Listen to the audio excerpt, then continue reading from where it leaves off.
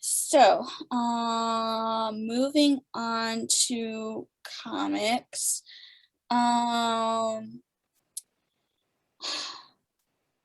Once again, like a lot of stuff that focuses on Moriarty doesn't necessarily have Moran in as big a focus as he should be, which is the case for like let's see if I can pull it out here. Quick. Moriarty, which by Daniel Corey, very interesting and weird graphic novel, but it's like Moran only takes place in the 1910s, actually, and I think Moran only shows up in a flashback. He and Moriarty go to Jamaica. Like I said, this is really weird. So,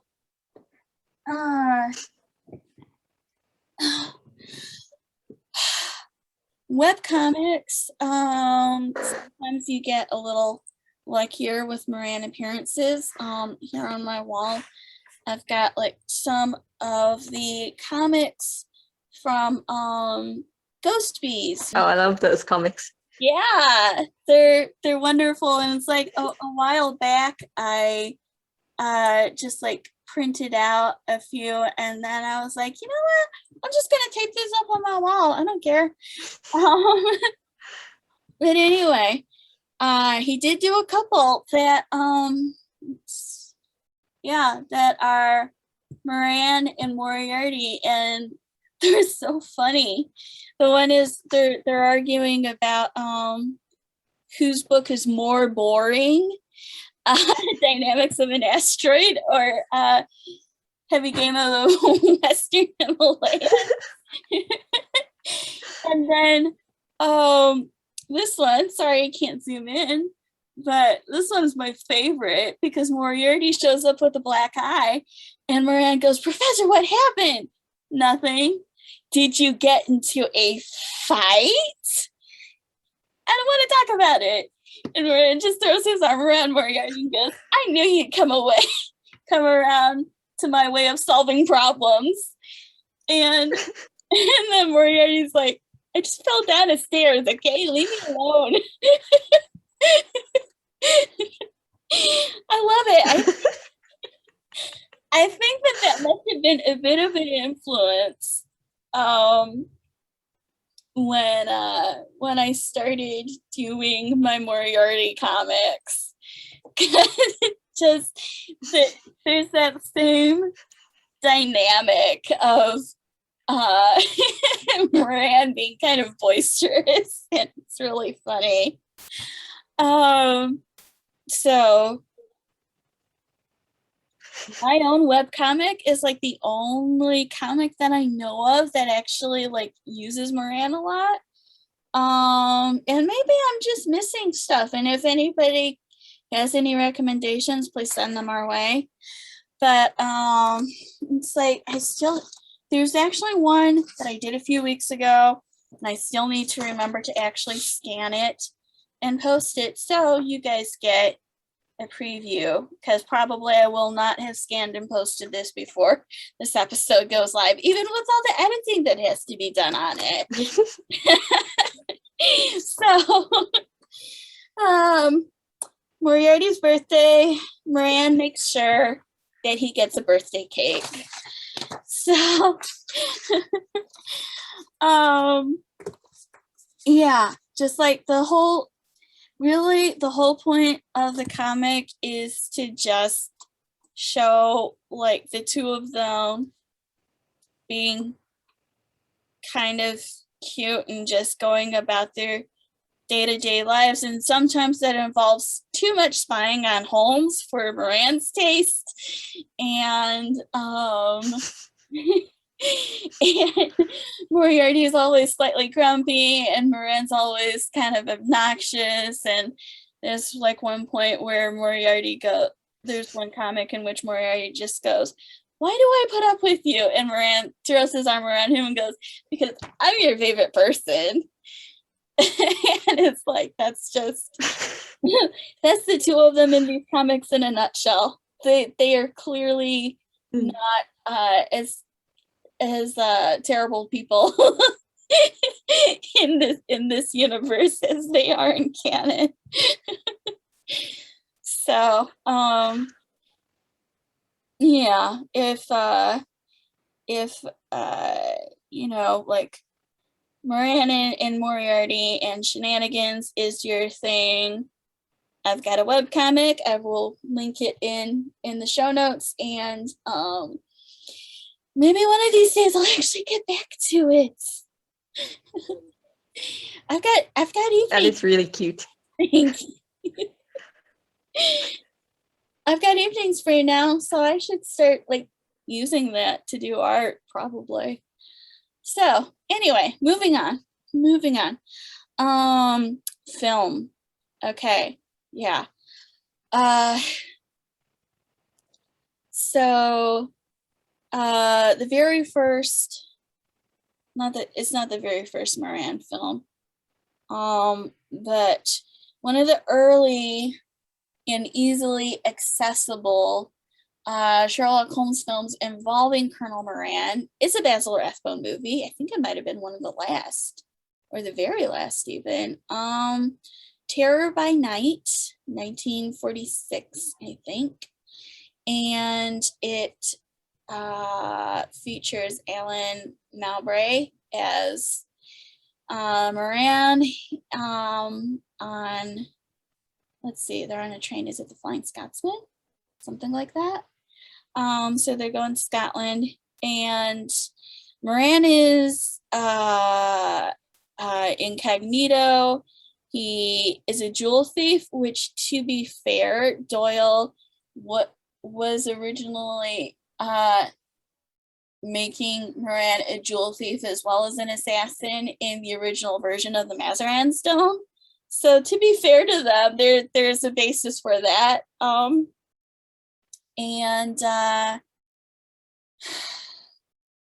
Yeah, he's going incognito, still is a military man, ends up like making friends with Watson. So Watson doesn't believe Holmes when Holmes says that his new friend is Moriarty's henchman.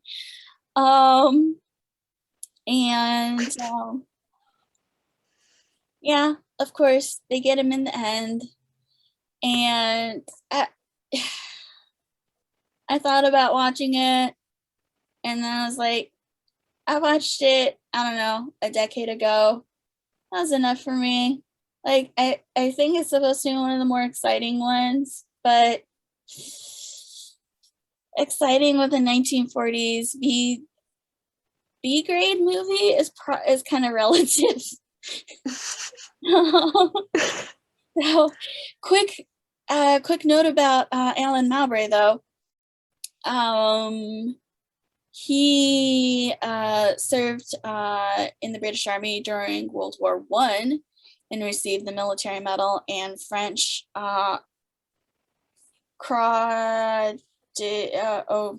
I'm sorry, there's no way I can pronounce this. It's French. I just don't know French. A French medal for bravery in action.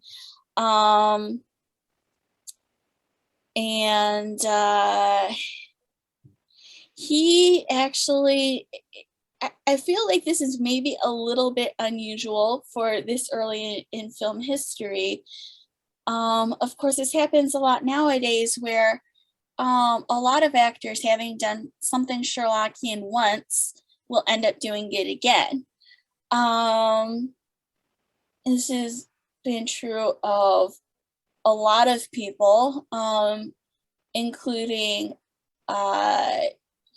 Jeremy Brett, David Burke, and Colin Jevons. And also Benedict Cumberbatch's father. So, but I think back in the early days of film, that was maybe not so common. So Alan Malbre appeared in 3 different movies with 3 different Sherlock Holmeses. Clive Brooke in Sherlock Holmes, 1932. Reginald Owen in A Study in Scarlet, 1933. And then, of course, Basil Rathbone. So that's pretty cool. And also he was one of the founding members of the Screen Actors Guild. So just some interesting stuff. I'm gonna later on pull up a few more biographical facts about other Moran actors, because some of them have really interesting stories, come to find out. So that's pretty fun. Anyway, yeah, that's like one of the earliest English language, easily accessible Moran movies, Terror by Night. Moving forward, so once again, the manuscript book, Out of the Abyss, has a more complete list than we're actually presenting here of Colonel Moran's filmography. But the next movie that I can recall that uses Moran in any way, shape, or form is Sherlock Holmes in New York, 1970, I think. Which it starts out in Moriarty's lair, which is a pretty impressive lair. And Colonel Moran comes in and like tells Moriarty that they've pulled off a big job or something, and they get all excited together, and then Moriarty goes off to like do something on his chalkboard, and then Moran turns out to be Sherlock Holmes in disguise, played by Roger Moore, who does not do anything for me as Sherlock Holmes. I gotta be honest. This movie is not good, and he's not good in it. Oh Lord. But so then Holmes tells Moriarty that like he and the police have actually like rounded up all the rest of the Moriarty gang, Moran included, and the scriptwriters made a point of having Holmes say that Moran was too scared to talk. And I was just like, excuse me? I should think that would be too loyal to talk. Yeah. For me, this was the first indication that this movie was probably not going to be good, like in all seriousness. And then it only went downhill from there. Very steeply downhill. I'm sorry to anybody who loves that movie, but I just couldn't take it. It was just too, I mean, even the dialogue wasn't good. I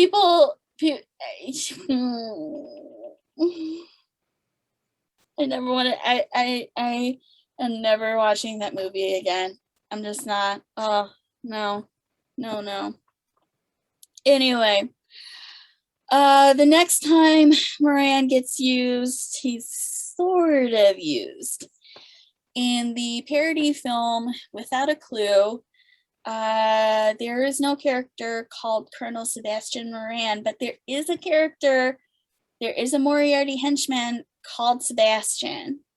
So, I mean, obviously, he's still being, inspired by Moran. And also, I mean, to be fair, it's a parody movie, and we find out very quickly that Watson was not being straight with us when he was writing the stories. So, Sebastian is played by Tim Killick, who turns out to be like the tallest Moran ever at 6'5", and I'm gonna see really quickly what that is in centimeters. Oh, that's 1.95 meters. So he's like yeah, that's tall. Yeah. So comparison, if I'm recalling correctly, looking this up really fast here. Yeah, he's 1 inch shorter than Darth Vader. And then the original Darth Vader, David Prowse, he was 6'6". So, yeah, definitely the tallest Moran ever. So Sebastian is he's still the guy that Moriarty directs to kill people, only this time it's with a switchblade, and it's not nice, and they're both kind of knife happy for that matter. It's like, oh my god, you have to kill all these people? Like, give it a rest. So yeah, and then Moriarty abandons him at the climax of the movie, and it's just like, oh dude, poor Sebastian. So yeah, that was, as far as I can tell, that's like the last time that a Moran type character shows up on the big screen until 2011 and Paul Anderson in Game of Shadows. So that's like that's a more than 20-year gap, because Without a Clue was 80 something. Without a Clue, 88. So yeah, 23 years. Too long. To be fair, there weren't a whole lot of Sherlock Holmes movies being made during that point in time.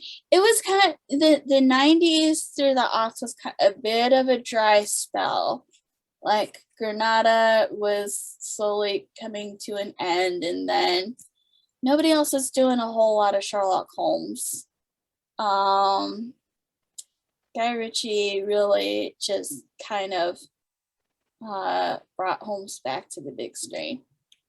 So anyway, we are going to talk about Paul Anderson, but we are going to do that at the end, because we are saving the best for last. So, TV appearances.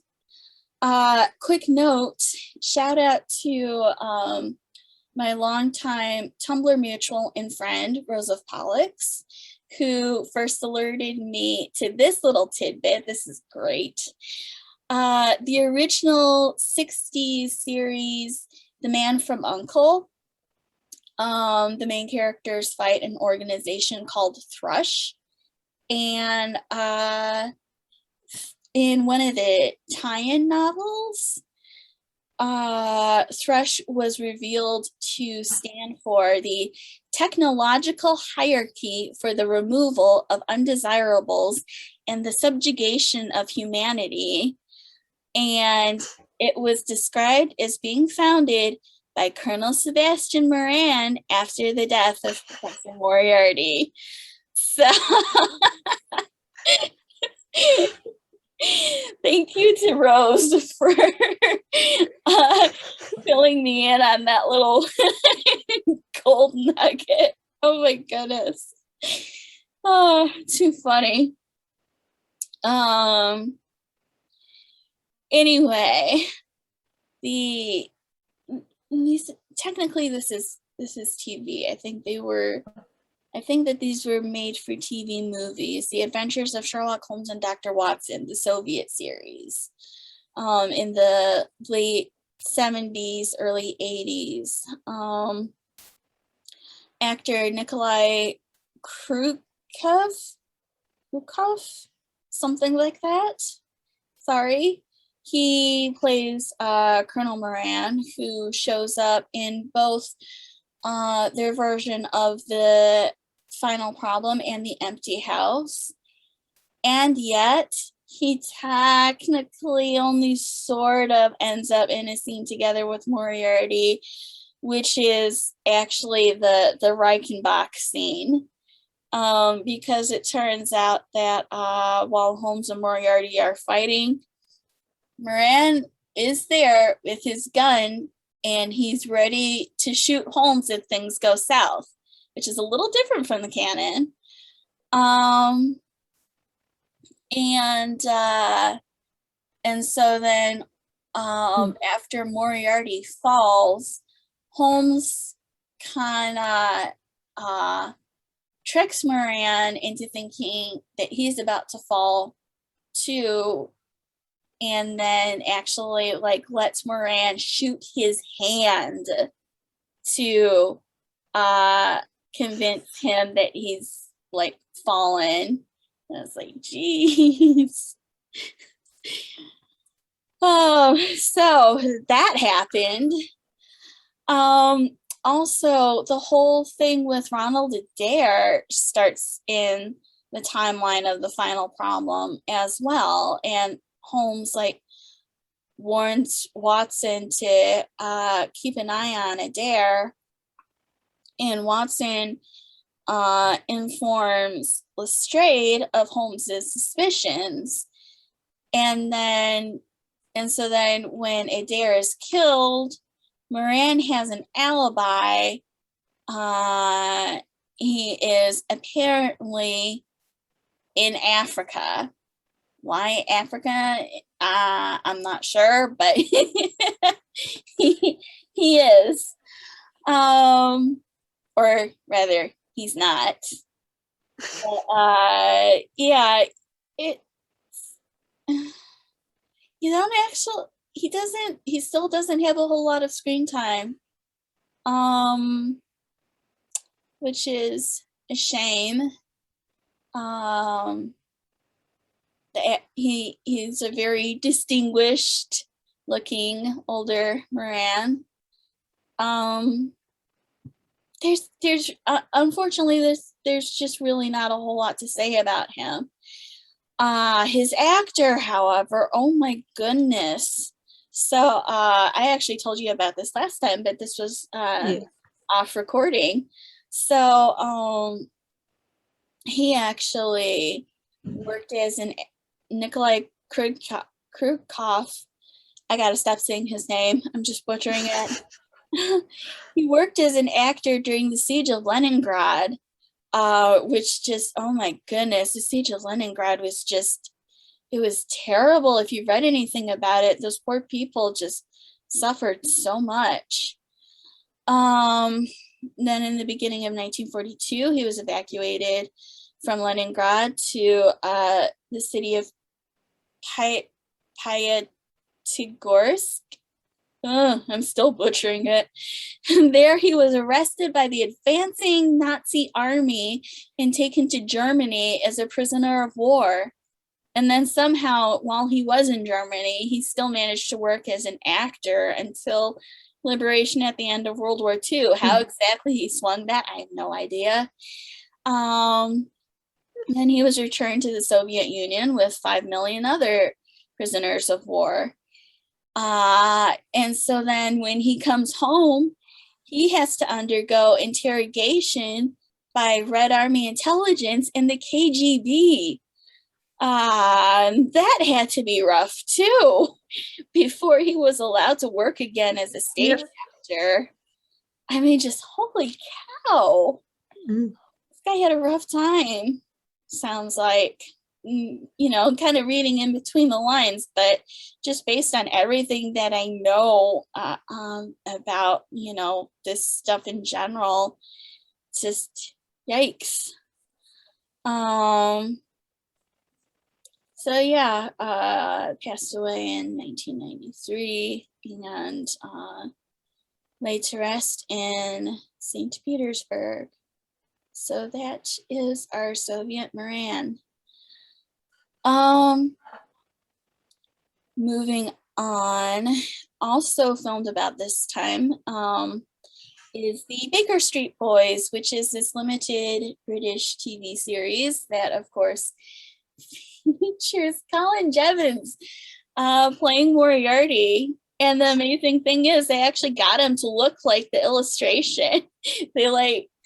He's got a wig and he's got he's clearly got a prosthetic forehead because his forehead, he wasn't bald, I'm pretty sure. I don't, yeah, I've seen pictures of him. He's still not going bald. His hair in Granada was not a lie. Edward Hardwicke's was, his wasn't. So anyway, Colonel Moran shows up alongside Moriarty and the Baker Street Boys, played by Michael Godley. Another older, distinguished-looking Moran, who also doesn't have a whole lot to do, but he does at least, every time he shows up, actually, is in a scene with Moriarty. So, hey, we do not get much of that around here. At one point they're about to share, I want to say it's champagne, or maybe it's not. They're about to share a drink, right? And then at one point Moriarty gets miffed at Moran, but these things happen. Stuff goes wrong. they do dangerous work together, so you can imagine that they probably don't always get along. Yeah. But yeah, so that is Moran's appearance in Baker Street Boys. It's just really funny that this TV show for kids actually gave Moriarty and Moran more screen time together than most adaptations ever do. And then, of course, after the next TV appearance after that would be Patrick Allen in Granada, but again, we're saving that for last.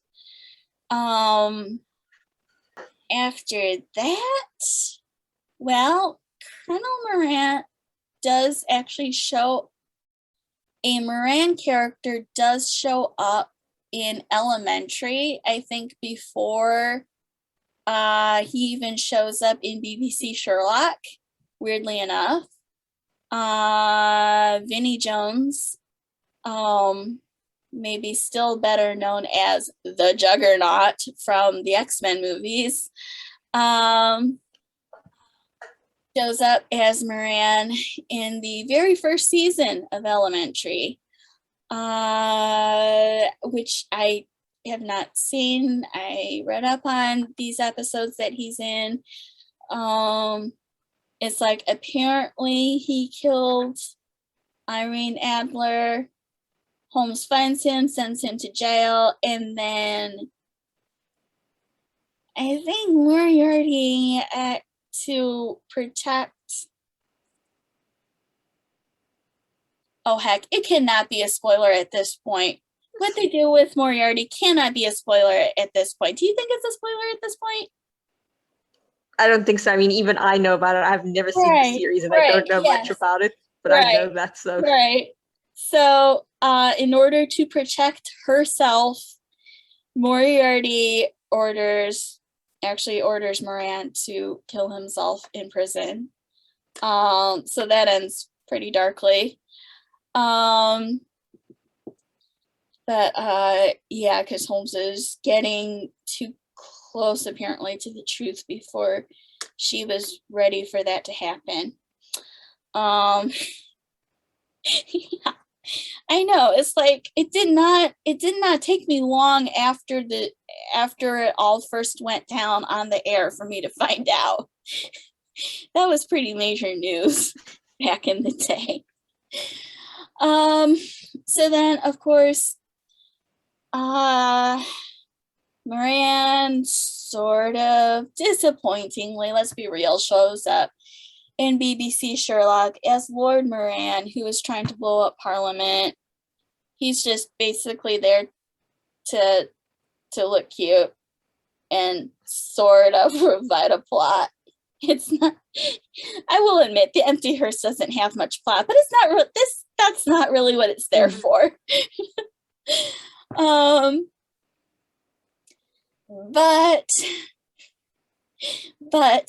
that did not stop the fandom from creating its own Colonel Moran. I think in the wilderness years in between seasons 2 and 3, and creating a modern day Seb Moran, who is in a relationship with Moriarty, and face cast as Michael Fassbender. I still don't know who came up with that idea in the first place, but it's hilarious because if you hadn't watched this show and you did not know enough about it, but you got enough exposure of this on Tumblr, you would think that Colonel Seb Moran was a character. That's how popular he was. And I think it's not as popular anymore, but the whole thing still lives on. It does still live on Tumblr. I've seen it. And just man, kudos to the fandom for creating that one out of nothing. I bet 99.9% of probably all fan works for Sherlock that feature Moran have the Fanon Moran rather than the one who actually appears in the show. Yeah. Oh, that's so funny. Yeah. I still have no idea why exactly Michael Fassbender. If I was gonna face cast for Moran, for a modern Moran, I'm not sure who I'd pick, but it probably wouldn't be him.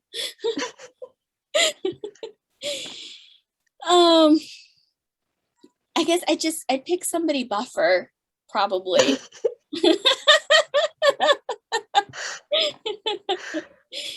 Oh, okay. So, moving on to animation. There is, as there is so often in Sherlock Holmes in the 22nd century, there is a character with the canonical name who's not the canonical character because it is the 22nd century. And somehow Holmes's old cases are just like repeating themselves. I don't know. We could maybe have thought that through a little bit more. But Moran shows up as Thomas Moran. Technically a sharpshooter, but what he actually does is he and Ronnie Adair play in these like sort of like laser tag games, only competitions rather, only instead of like fighting another team, they are competing against another team, but they're fighting like drones firing at them. So that's how they update that. And then Moriarty hires Thomas Moran to go after Holmes. And then, of course they get him in the end.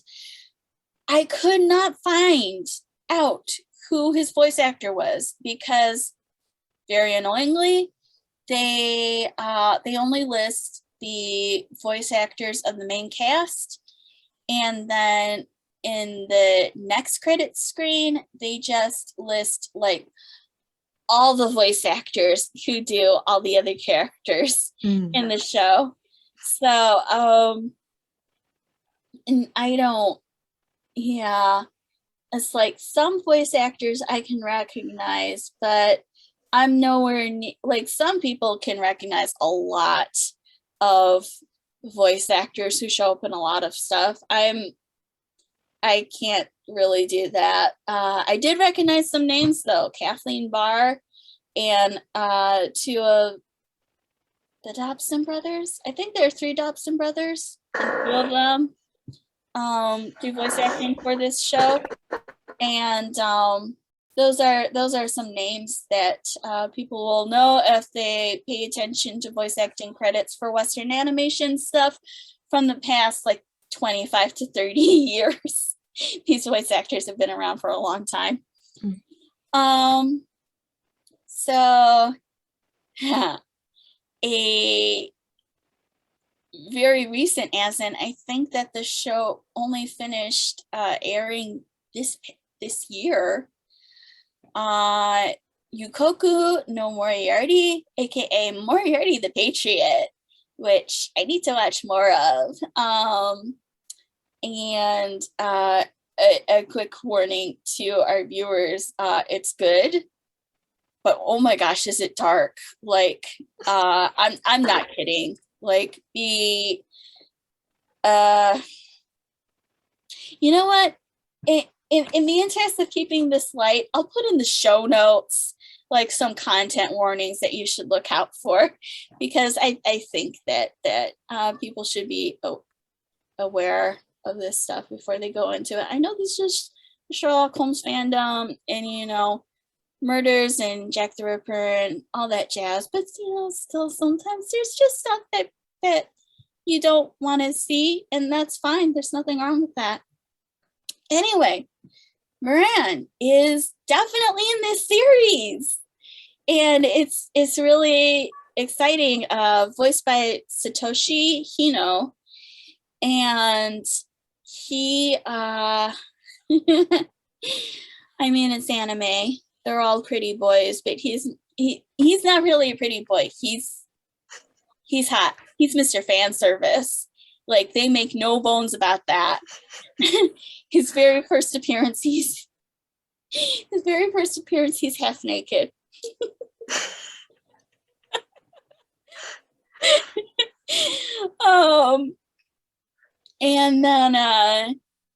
And then yeah, he and Moriarty meet up at the train station, and Moran's like, hey, so are we gonna finally like take down the nobility? And Moriarty's like, all in good time. And you know, this is a very different universe. So everybody's young and, like I said, pretty. And Moriarty and his brothers are all named James, sort of. Our professor is actually Professor William James Moriarty, and then there's the eldest brother Albert James Moriarty, and then there's the youngest brother Louis James Moriarty. And yeah, I have only seen like the as far as Moran goes, I've only seen the first episode that he's in, but I was sold. He was great. He there's this scene where he's in a tavern, and he's playing cards, and somebody accuses him of cheating, and apparently he does not cheat in this universe. He got very offended about that and just really literally threw down over it. And And then he goes upstairs with one of the barmaids to spend the night in her room. And then that's literally to actually get, I mean, I'm sure that spending the night with her was a great bonus, but that was literally to get himself in a good position to do a job for Moriarty that night. Which he does, undressed from his window. Oh, I love anime. Like, Western animation would never give us this. Oh my gosh. So yeah,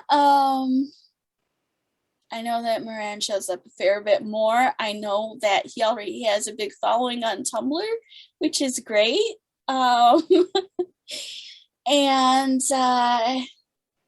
apparently just like some really heavily emotional stuff between him and Moriarty goes down over the events of the final problem. So I'm bracing myself for it to hurt because I'm very sure it's gonna hurt. But yeah, he's not like, he and Moriarty aren't strictly speaking evil in this universe. They're well-intentioned extremists. They're vigilantes. Because the nobility, they're going after upper class people who do really terrible things. So, you know, it's hard not to root for them. You definitely root for them. So yeah, that is the new anime Moran. I think he is a worthy addition to the filmography of the character. I'm just trying to imagine showing Arthur Conan Doyle back when he wrote Moran, like one day there's going to be an anime version.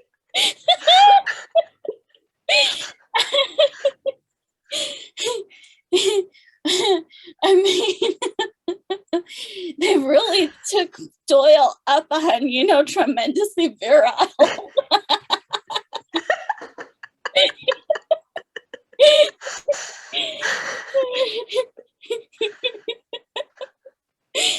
Oh my gosh.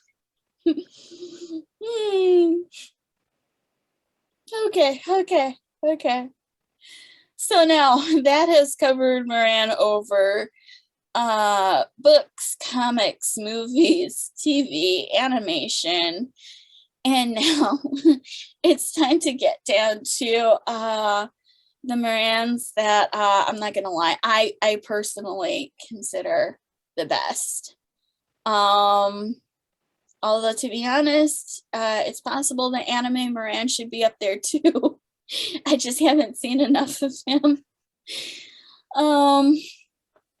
But anyway,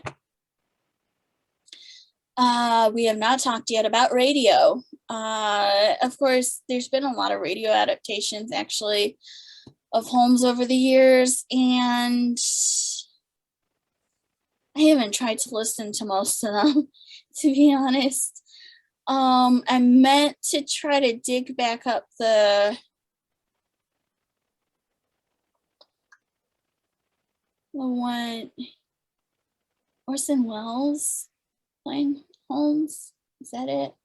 Or am I confusing that with somebody else? But anyway, I just kept forgetting. So, even though this episode has been in the making for like 2 months now. But radio.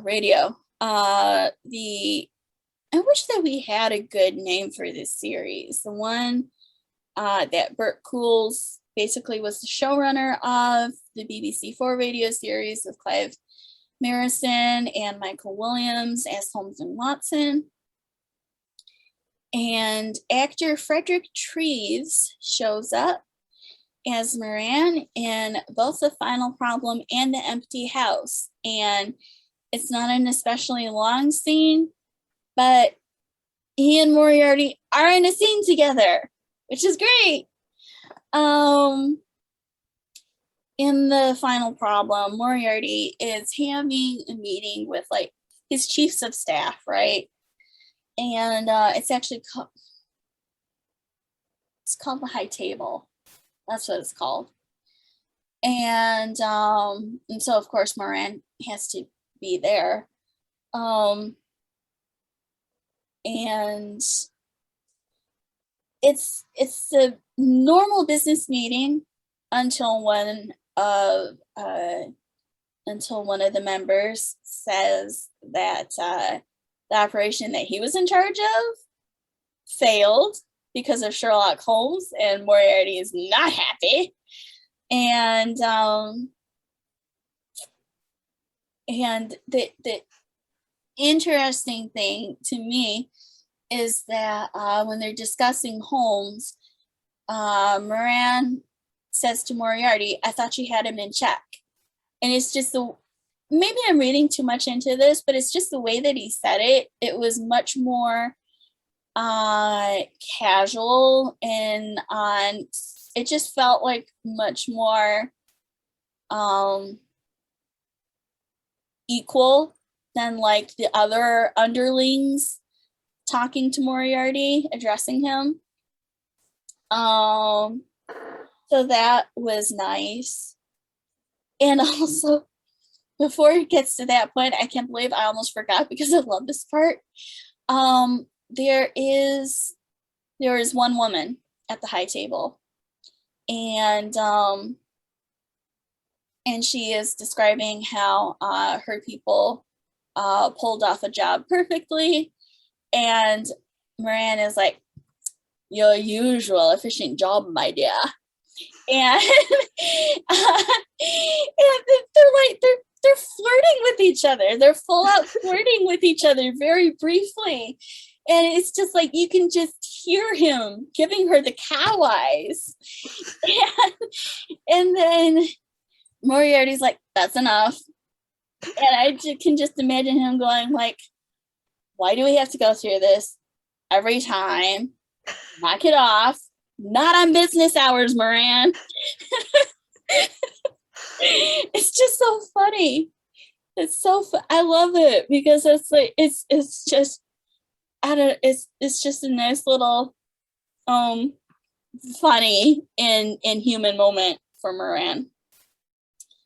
And then of course he shows up in the empty house.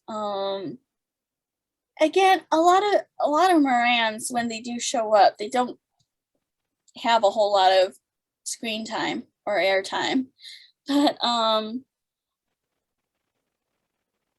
yeah, he does like about the amount in the empty house. He has about the amount of air time that Patrick Allen has screen time in Granada, like point by point.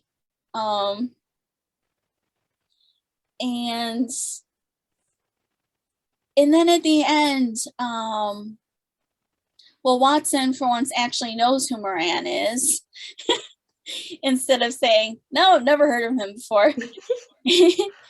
And interestingly, Watson says that Moran was one of his childhood heroes, which,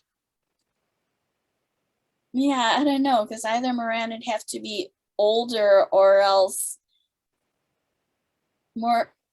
Watson is misremembering and he wasn't exactly a child when he first heard of Moran. It's like one or the other. But that it was a nice little add-on. So yeah, he's a great older, posh sounding Moran. I just really enjoyed his vocal performance. You always want a voice actor to give a good performance. And Frederick Treves also has an interesting history. In World War II, he served in the Merchant Navy, and on his very first voyage, his ship, the refrigerated cargo liner, it was a refrigerated cargo liner. I'm not going to try to pronounce the name. It's not English. It was part of the Operation Pedestal convoy to Malta, and the ship was bombed by German Junkers. The deck cargo included containers of aviation spirit that burst into flame. The ship exploded, and 83 men of her 107 crew were killed. Cadet Treves helped save several of his shipmates, including the ship's only officer to survive the sinking, third wireless officer, John Jackson. If I recall correctly, because I read a newspaper clipping, for some reason, this ship's officer actually couldn't swim. So Frederick Treves helped him swim or stay afloat. And he did this. He was 17 years old. He was awarded the British Empire Medal and Lloyd's War Medal for bravery at sea. So, man, talk about a war hero. Yeah. He's a kid. He's still just a kid. So that was very cool. Fun fact, I guess one of his last film appearances was the British miniseries The Jewel in the Crown. Or was it a miniseries? Well, anyway, The Jewel in the Crown in the 80s, which also featured Eric Porter at one point. But Frederick Treves played, forget the name of his character. He plays the father of the character played by Geraldine James, who would end up being Mrs. Hudson in the Guy Ritchie movies. So lots of Sherlockian connections there. So that was fun. But yeah, I really enjoy his Moran. I always look forward to hearing him when I re-listen to the series, which I've done several times now. So then it is finally time to talk about Paul Anderson in Game of Shadows, because he's great. He's too young, technically. He's too young, because Moran's should be like a 51 when Reichenbach happens. But he's great. Like, sometimes I see like people putting him down, and I'm just like, why? He's like straight up one of the best parts of the movie, and that's not even dissing the movie, because I think that the movie's really good.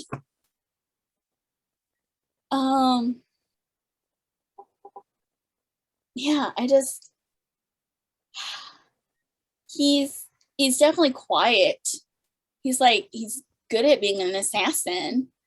I love the way that he just kind of like, he keeps hanging out in the shadows, and the interesting thing to me is that it's never Holmes who really notices him.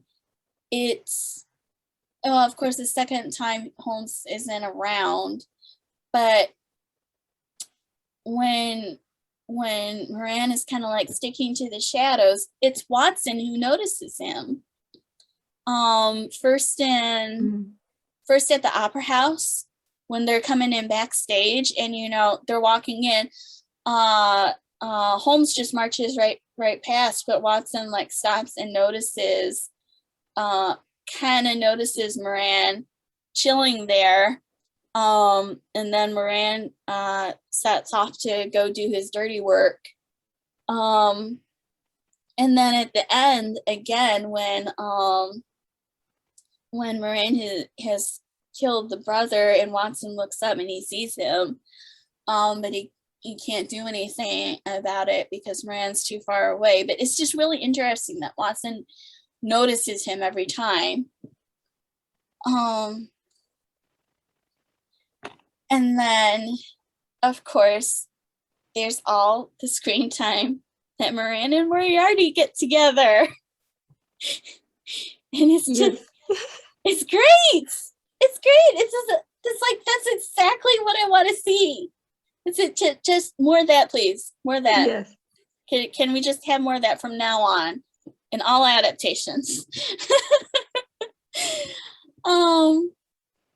It's like from like their first moment together where like Moriarty is signing books and he's got like an empty chair to his right, and it's like, why is there even a second chair there?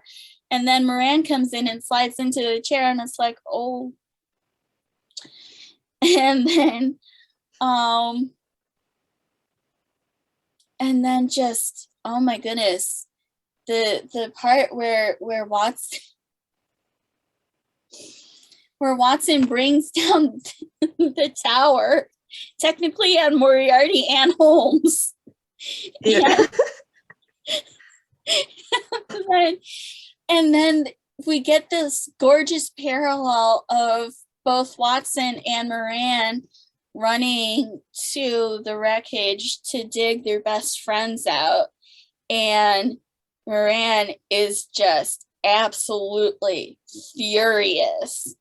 And it's like, it just, every time it makes me think of that, description of Watson's, that Moran looked wonderfully like a tiger himself. And it's like, that's how he looks there. It's like, just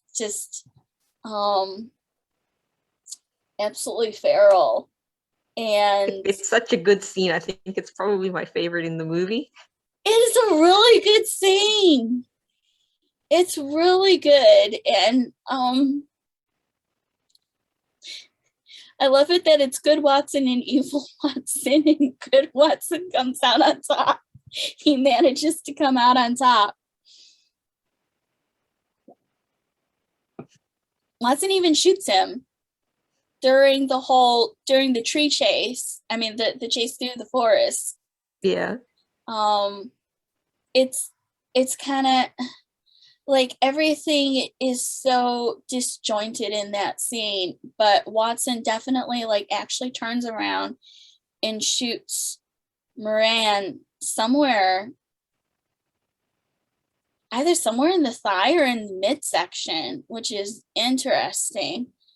And then Moran still gets back up and goes back after them, and shoots one of the Romani.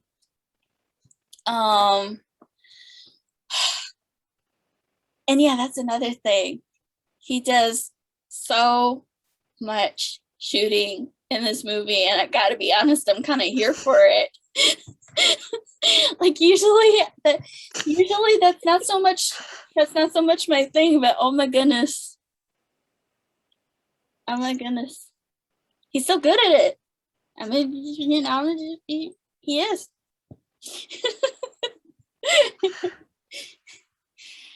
I have heard at least once that Moran was gonna be recast for the third movie, and I'm just like, no, please, I want Paul Anderson back. He was good. And I don't want to switch, and I want to see, you know, I want a reaction. I want, you know, all that good empty house stuff from Moran, because unfortunately he didn't actually get to see, oddly enough, he didn't get to see Moriarty and Holmes go over the falls, and Watson did. which is a Yeah. total switch from canon. This just like, I just want more of him. He's so good. It's definitely the most that Moran has ever been utilized in a big screen production. Maybe period, having that much screen time, even comparatively, in an adaptation, aside from Moriarty the Patriot.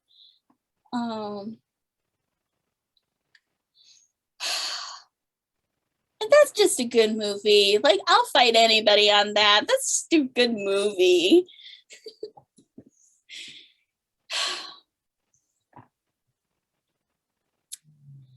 So, yeah. Best for last. The absolute best. You can't convince me that he's not. Is Patrick Allen in Granada's Nancy. I just think he's terrific. Yeah. He doesn't even have that much screen time, but he does so much with it. Like, Granada was really good at casting people who did a lot with the limited time that they had, and Patrick Allen was one of them. And they're really good at casting people who you just instantly like inhabit the role in your mind. So now when you read the books, you're picturing these actors. Yeah. It's like, every time I draw Moran, I mean, I'm basically drawing Patrick Allen. A little bit younger, but because he's actually like 62 or 63 when he did Granada. But yeah, he's just so good, and I love. He's got the best facial expressions, and of course the the screenshot that I chose for his title card for this episode is just like one of my favorites. You know, he's on the stand and he's like, "Who, me? I didn't kill him. I'm innocent. I don't know what any of this is about." And I mean, it's that, you know, the canon does say that Moran testified at the inquest, but it's one thing to just read that in passing. It really is another to actually watch it happen, because like, oh my goodness, like the brazenness of that was a lot, and especially because he's just like practically gushing praise for for a dare. He's just, he's so good. He's so dapper. Like he like a, you know, there are several other Morans who are quite dapper as well, but I also love like the suit that he's wearing at the inquest. It is in fact the exact inspiration for like my the Moran in my Moriarty comics. He is actually wearing that same suit. Because I think it's a great suit, and it's just like all the color palette works out well. But yeah, he's great, and he's got such a great voice. And it's like, you know, talking of voice actors, Patrick Allen was actually one of the first like big time British voice actors, apparently. And he ended up making a pretty big career out of it. He did voice acting for like public service announcements, and then moved on to doing even children's television and stuff, and he did a lot of radio. So yeah, I gotta dig into his his obituary from the Guardian, because that's just a treasure trove of details. And like some of the other Morans that we've talked about, he's got an interesting life story too. So his he was actually, where was he born? He was born in, yeah, he's actually born in Africa, in what's now Malawi. I think it's pronounced Malawi. Malawi. Okay, thank you. Yeah, so that's where he was born, and then his parents divorced when he was still young. His mom took him back to Britain, and she became the Marchioness. How do you say it? Marchioness of Downshire. So he grew up upper class, like super upper class. And then he was evacuated to Canada at the start of World War II, studied medicine in Montreal for 2 years, suffered a skiing accident, and began working for the campus radio station. He played many parts in school drama. He joked that most of them were girls, which is very funny because there's no way that he would get cast as a girl. He had too big a chin. He had like a Superman chin. And I'm just thinking of him in Granada with the mustaches. Oh, goodness sakes. So he ended up taking off to Chicago, becoming one of the earliest actors in its television studios. Then he headed to Hollywood. He worked jobs that left him free for daytime auditions, hotel night clerk, ice cream salesman, and a nightclub photographer. And as a nightclub photographer, Patrick Allen ran into trouble with the local mafia, who objected to some of his photographs. To get away, he borrowed money from the police and went off to earn an anonymous living as a lumberjack. This guy had a crazy life. He went back to the UK in 1953, and one of his first film roles was Alfred Hitchcock's Dial M for Murder. Blah, blah, blah. In 1963, he actually starred in a series called Crane, which basically no longer exists, and it makes me really sad. I mean, it's probably really racist because it's the 60s and it takes place in Morocco. And his character is a smuggler who is always outwitting the local native police. So it's probably pretty racist, but it's it also sounds like fun at the same time. And I'm just really sad that I don't understand why everybody thought back then that television could just be just thrown away. Why? I don't know. It, as a Doctor Who fan, it drives me crazy. Yeah. And I mean, there are so many early series, there are so many early shows that are just gone, completely gone, and it's so sad. So yeah, he did a lot, and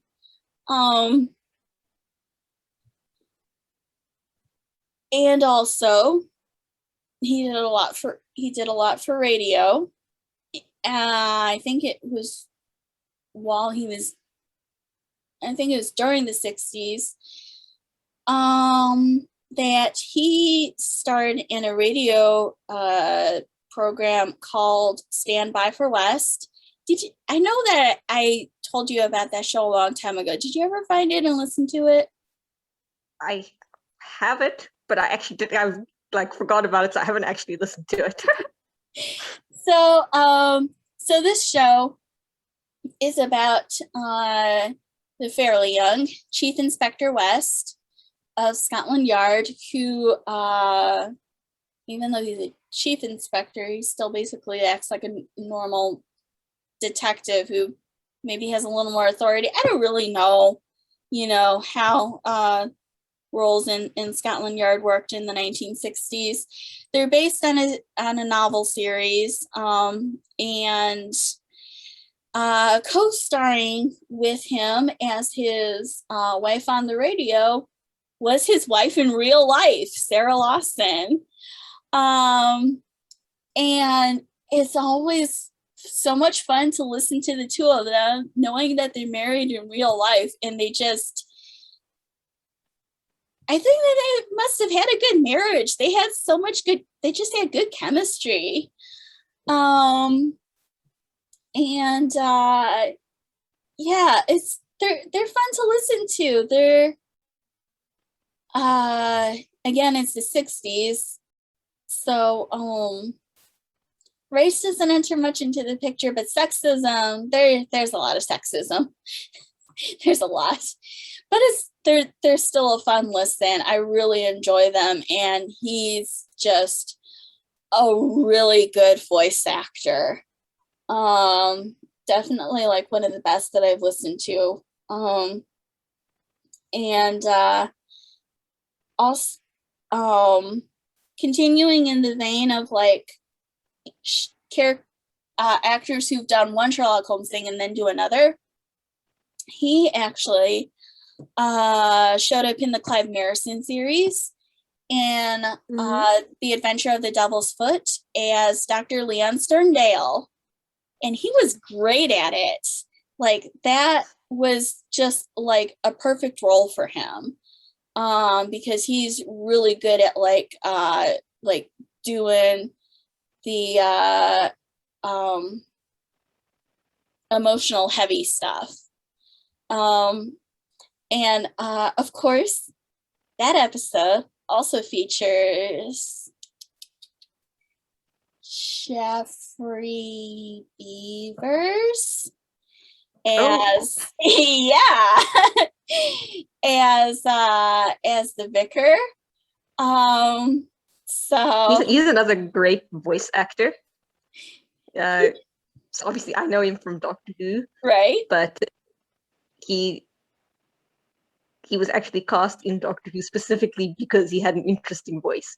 Oh, I didn't know that. That's a great fact. Yeah, he's good. I mean, the show, the radio show often used, like, I think that it had a pool of actors that it kept drawing, kept bringing people back to do different roles. But when they cast outside that pool, kind of like Granada, they often got really good people. So especially I think in later years as the show went on. So yeah, that was fun. And it I know that I'm lingering on Patrick Allen a lot, but look, out of all the Morans, he's the one that I've spent the most time trying to dig stuff up on. So so the radio role that he's done that is my absolute favorite is a 70s radio show adaptation of Jane Eyre, and he voices Mr. Rochester, and he's just amazing. When I read the story now, I hear his voice. He just is Mr. Rochester. I can't imagine anybody doing the role better. He's terrific. Because the role is very Mr. Rochester emotionally is all over the place. He's wrecked his life, and now he's trying to make it better and still kind of messing up with Jane, and then messing up big time. And so emotionally as a character, he's just all over the place. Patrick Allen can keep up with that, which is really impressive. He does brusque and tender and upset, and it's just terrific. I love it. I love every time. It's like a lot of girls feel like this about Mr. Darcy. I feel like this about Mr. Rochester. And it's Patrick Allen's fault. So he was terrific. And I'm gonna link to his obituary in the show notes, because that's just worth reading in fulls. So you guys should totally do that. But yeah, he really is Colonel Moran for me. I honestly can't, like, sometimes, like, I've obviously enjoyed other actors and other variations on the character, but it's just like actual canon. For me, it's him. Yeah. He's great. It's just sad we never got a scene between him and Eric Porter. That's one of those things that I'm never forgiven Granada for. And I think apparently, I remember reading somewhere that they were like really gung-ho to like preserve the mystery of who killed Ronald Dare. And it's like, who cares? That's not really the story. That's not really the story. It's just the backstory that allows the setup of the real story of Holmes returning to London and then having to deal with Moran. But yeah, it's like obviously Moran shows up at a distance multiple times in the final problem. But also that's not even Patrick Allen, it's just some extra. And yeah, it's like, I don't know, maybe to be fair, maybe Eric Porter was busy also. We don't know, but it would have been so nice. But yeah, all this makes me so sad.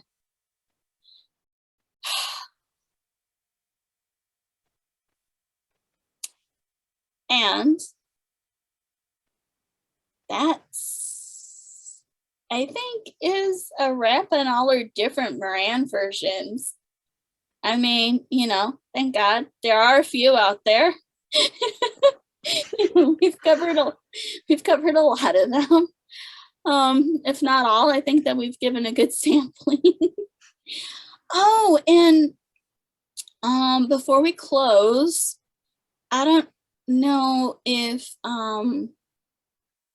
you noticed this, and but actually we got some fan mail. I hadn't seen. Yeah, well, almost a month ago, actually. Oops. But also we have not last time we recorded was early August, I think. Oops. So it's taken us a long time anyway. But yeah, so let me read this really quick. Hi, Dixie and Madeline. I just found your show via a rec from someone from my local science society, and I love it. Moriarty has been my favorite Holmesian character since one of my high school math teachers brought up the first supervillain was a math teacher. The random trivia fact. As an academic and amateur history of science nerd, I'm fascinated by what we learned in the canon and various pastiches and adaptations about Moriarty's legitimate career. How does he have time to teach, do research, and plot crimes? What is his daily life like as an army coach? Does he intersperse consulting on heists in with his meetings with students? I'm also looking forward to your episode on Valley of Fear. Mr. Mack is one of my favorite inspectors, and he provides a great outside view of what Moriarty seems like to those who only know of his public persona. I also just love the image of Moriarty just chatting and loaning books about astronomy to whoever Holmes sends his way. And Mr. Mack seems impressed by both Holmes and Moriarty explaining things to him. Cheers, Kristen.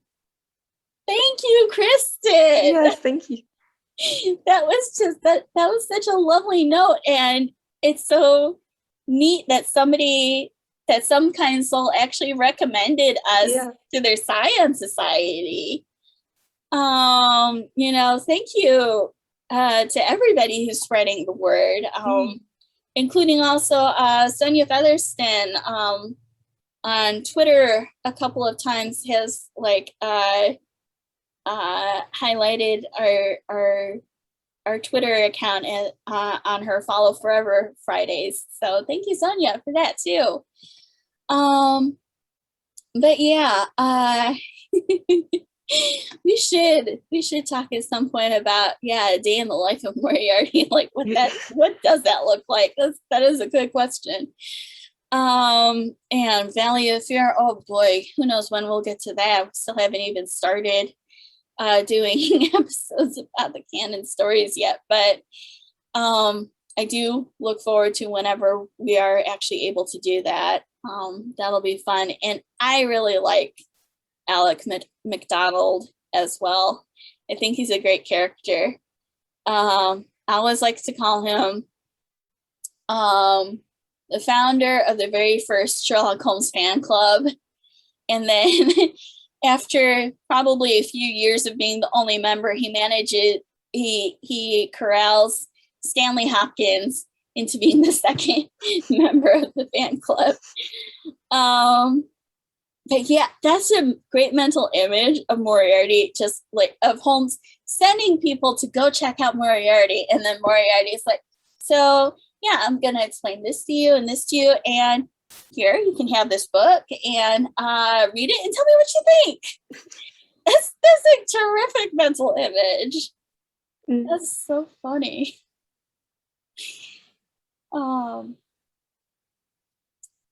Yeah, I definitely love to see like Holmes sending off like inspector after inspector, and they're like, dude, I don't know what you're talking about. He's legit. So I think, probably actually, since this is still the Moran episode, I think that probably part of the answer to, how does Moriarty find time to do everything? Well, he does have a second in command. And Moran, I'm sure, does like a lot of the administrative stuff for him. Especially since Moran doesn't seem to have a legitimate career after he comes home from Afghanistan in the early 80s. And Moriarty, as far as we know, still does. He's still teaching. So, yeah. So yeah, guys, like if you ever want to send us fan mail, please send it in. We will read it on the show and respond to it like we just did. That was very exciting. Love it so much. Yeah, that was very exciting. That email and I was like, what? You gotta be kidding me.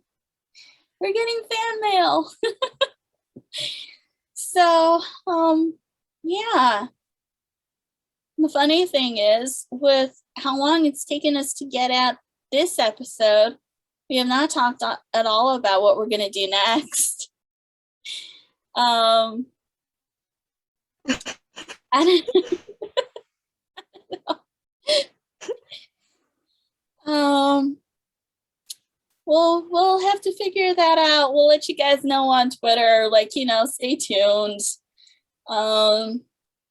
Once again, our Twitter is Dynamics of a Pod. That's the full Twitter handle. And you can also, message us or tweet us on there. I am on the Twitter a fair bit. I try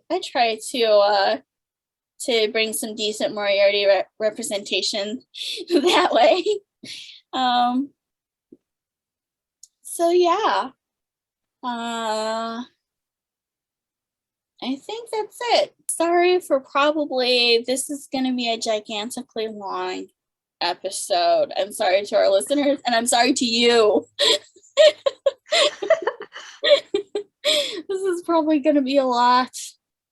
Yeah, well, someone's got to talk about Moran. Right? He's a fun character. Like, people need to realize that. He's a fun character. There's a lot that you can do with him. And a lot that you can do with him and Moriarty together. So, yeah. And I'm sure, we'll talk about him more in the future as we go on. And on that note, thank you all for listening or watching, however you chose to watch it. If you chose to watch it, then you get a little visual extra. So there's also that. So we will see you guys again. Hopefully there will not be such a big gap next time. This time we're gonna try. There was just like a series of unfortunate events, a lot of connectivity issues. So we did try. We tried really hard. So with that, we will see you guys next time. Bye. Bye.